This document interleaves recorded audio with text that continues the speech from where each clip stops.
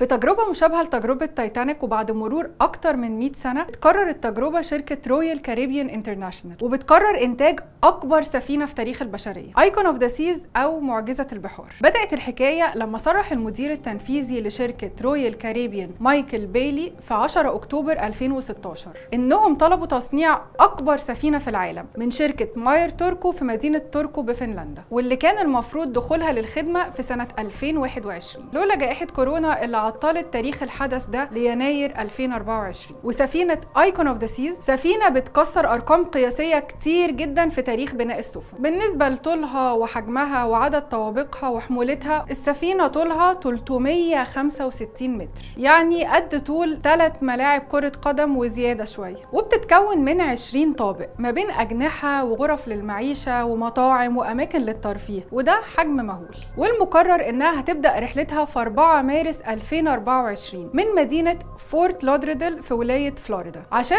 تبحر لجزر البحر الكاريبي في رحلة مدتها 7 أيام هتضم فيها على متنها من 5610 راكب ل 7600 راكب كحد أقصى، بيخدمهم طاقم مكون من 2350 فرد، يعني حمولة السفينة كحد أقصى 10000 فرد تقريبا، وده عدد ضخم جدا بالنسبة لسفينة. ولو جينا قارنا عدد ركاب السفينة دي بعدد ركاب سفينة تايتانيك هنلاقي ان عدد ركاب تايتانيك كان 2300 فرد تقريبا، يعني الربع، وكانت سعتها 46000 طن او جروس تونج، يعني السعة القابلة للاستخدام، في حين ان ايكون اوف ذا سيز سعتها 250000 طن و800. ومع كل الحجم والسعة المهولة دي الا انها بتجري بسرعة 41 كيلومتر في الساعة، وده معناه ان محركاتها استثنائية ومختلفة عن اي سفينة قبلها. فعلى سبيل المثال سفينة تايتانيك كانت محركاتها بتدور عن طريق الفحم اللي بيتحرق وبيتحول لبخار، انما محركات ايكون اوف ذا سي بتشتغل عن طريق الغاز الطبيعي المسال، ده غير تكنولوجيا خلايا الوقود واللي بتعتبر طفرة في تاريخ المحركات، واللي بتقدر السفينة من خلالها تحويل الطاقة النظيفة لوقود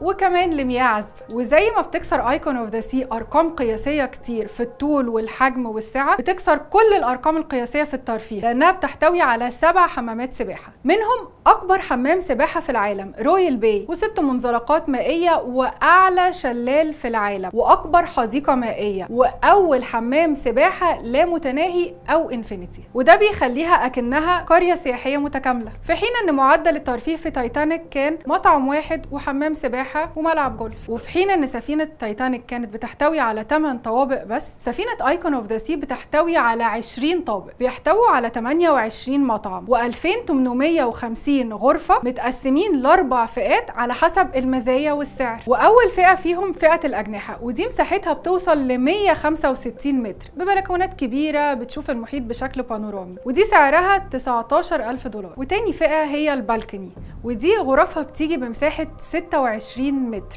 وفيها بلكونة كبيرة مطلة على المحيط وسعرها 5400 دولار. اما تالت فئة فهي اوشن فيو، ودي غرف بتيجي من غير بلكونات ولكن فيها شباك كبير بيطل على المحيط وسعرها 4300 دولار. والفئة الرابعة بقى فئة الغلابة واسمها الانسايد، ودي غرف مساحتها زي اللي قبلها ولكن بدون ولا شباك ولا بلكونة وسعرها 3600 دولار، يا بلاش. ده غير ان الحديقة المركزية للسفينة بتحتوي على قبة اسمها اكوا دوم، ودي مخصصة للعروض المائية، حاجة كده زي نافورة راقصة. ده غير انها بتحتوي على اكبر شاشة سينما في تاريخ السفن السياحية في العالم. وهتنضم سفينة ايكون اوف ذا سيز لاسطول شركة رويال كاريبيان انترناشونال في 26 اكتوبر في السنة الحالية، وده بعد ما تم تجربتها بالفعل في مياه مفتوحة. دلوقتي بعد ما عرفت عن معجزة البحار وعرفت اسعار تذاكرها، هل هتكون جاهز تطلع الرحلة اللي جاية ولا محتاج تحوش كام سنة؟ ولا انت خايف يكون مصيرك مصير ركاب تايتانيك؟